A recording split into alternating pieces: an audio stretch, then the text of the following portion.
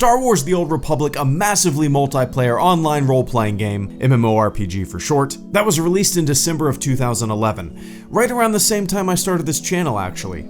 Kinda neat. I remember when the game first came out, I was excited. I played it with a few of my good friends. We quickly played through the story, got our fill of Hutball, which was a lot of fun, and then kinda faded away from the Old Republic. While most modern MMOs have a story you can follow, a linear quest line that you can choose to do and sometimes have to do, the Old Republic takes it to another level.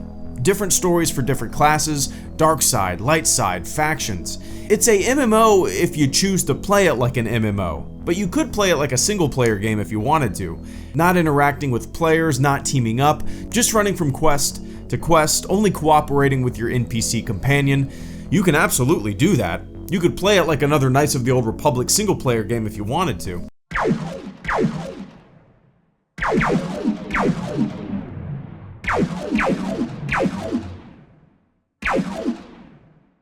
Like I said, I played Star Wars: The Old Republic in 2011, and recently I've gotten back into it. In fact, we have a HelloGreedo guild on the Starforge server now, with about 300 members. The game is actually free to play, so if you've never played it, or if it's been a long time since you've played it, why not hop back in? Star Wars: The Old Republic allows you to pick between two factions, the Galactic Republic or the Sith Empire.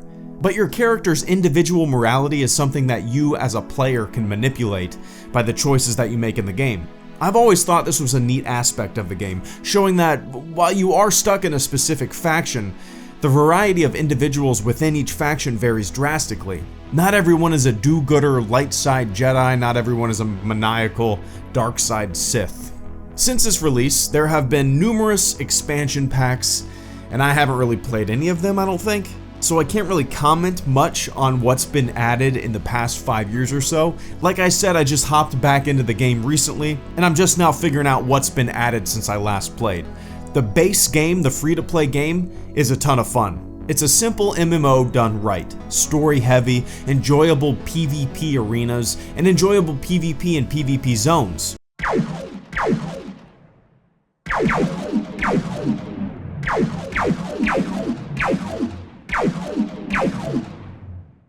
And despite my praise for the Old Republic, despite how much I really enjoy it, in the grand scheme of MMO varieties, the Old Republic is actually the type of MMO that I tend to stay away from. I have a tendency to not play these linear types of MMOs. The World of Warcraft type games, the levelers. The type of MMOs that I gravitate towards are games like Ultima Online. Raw, unforgiving, skill-based. They don't hold your hand, there are consequences, but for whatever reason, and I'm sure the reason is Star Wars, I really like the Old Republic. Despite normally not gravitating towards MMOs like this, the Old Republic does the style right.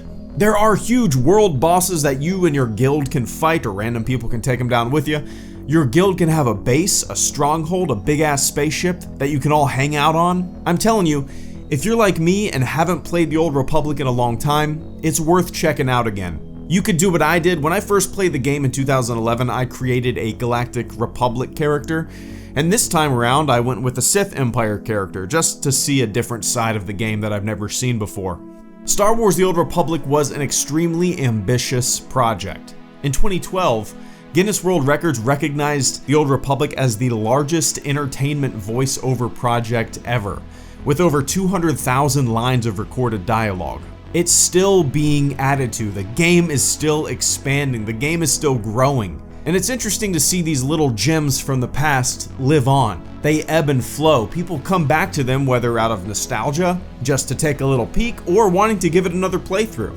Either way, Star Wars: The Old Republic remains one of the best, most ambitious Star Wars games ever made. But Star Wars Galaxies is still better.